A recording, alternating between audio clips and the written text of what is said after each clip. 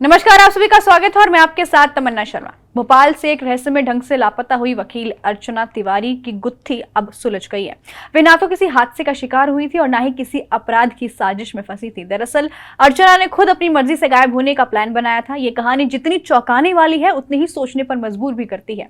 भोपाल की रहने वाली 28 वर्षीय अर्चना पेशे में वकील है और सिविल जज बनने की तैयारी कर रही थी। 7 अगस्त को वह इंदौर से कटनी जाने के लिए नर्मदा एक्सप्रेसवे ट्रेन में सवार हुई। भोपाल स्टेशन पार होते ही अचानक उनका कोई अता पता नहीं चला। परिवार शक के घेरे में आ गया कि पुलिस ने गुमशुदगी का मामला दर्ज कराने पर जांच क्यों नहीं शुरू करी। शुरुआत में सबको लगा कि अर्चना किसी अपराध का शिकार हो गई है, लेकिन जब पुलिस ने उनकी कॉल डिटेल्स और ट्रेवल हिस्ट्री खंगाली तो मामला बिल्कुल अलग निकला। दरअसल अर्चना अचानक गायब नहीं हुई थी, बल्कि उन्होंने खुद अपने दोस्त के साथ मिलकर घर छोड़ने की पूरी प्लानिंग की थी। पुलिस ने उन्हें नेपाल बॉर्डर के पास यूपी के लखीमपुर खीरी में बरामद किया। पूछताछ में उन्होंने खुलासा किया कि वो काठमांडू तक चली गई थी और लौटते वक्त पुलिस के हत्थे चढ़ गई। अर्चना ने कबूल किया कि वो अपने घर वालों के शादी के दबाव से परेशान थी।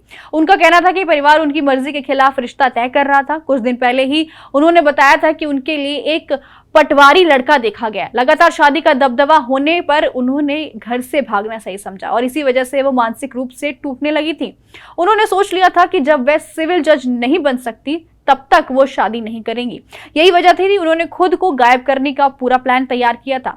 अर्चना का मानना था कि जैसे ही कई लोग अचानक चलती ट्रेन से गायब हो जाते हैं और पुलिस उन्हें खोजने में महीनों लगा देती है, वैसे ही अगर वो अचानक लापता हो जाएंगी तो उन पर ज्यादा शक नहीं जाएगा। इसी सोच के तहत उन्होंने 7 अगस्त को ट्रेन में सफर शुरू किया और उसके बाद घर वापस नहीं लौटी। पुलिस जांच में सामने आया कि ये कोई अपराध या अपहरण या कोई और मामला नहीं था, बल्कि एक लड़की की निजी जिद्दोजहद की कहानी थी। हालांकि पुलिस अब उनसे उस दोस्त से भी पूछताछ कर रही है जिससे अर्चना ने ये पूरा प्लान बताया था। घर वालों के लिए अर्चना का ये कदम किसी बड़े झटके से कम नहीं था। उन्हें लगता था कि अर्चना किसी खतरे में है, लेकिन अब जब सच्चाई सामने आई तो उन्हें भी एहसास हुआ कि शादी के लिए दबाव डालना कहीं ना कहीं उनकी गलती थी। अर्चना का मामला सिर्फ एक लड़की के लापता होने की कहानी नहीं है, बल्कि ये उन तमाम युवाओं की हकीकत है जो सामने लाता है कि जो अपने सपनों को और अपने करियर के लिए संघर्ष कर रहे हैं, लेकिन परिवार और समाज के दबाव में जीने को मजबूर हो जाते हैं। सवाल यह है कि क्या किसी लड़की की जिंदगी का फैसला सिर्फ शादी तक सीमित होना चाहिए या उसे अपनी पढ़ाई, करियर और सपनों को जीने की पूरी आजादी मिलनी चाहिए।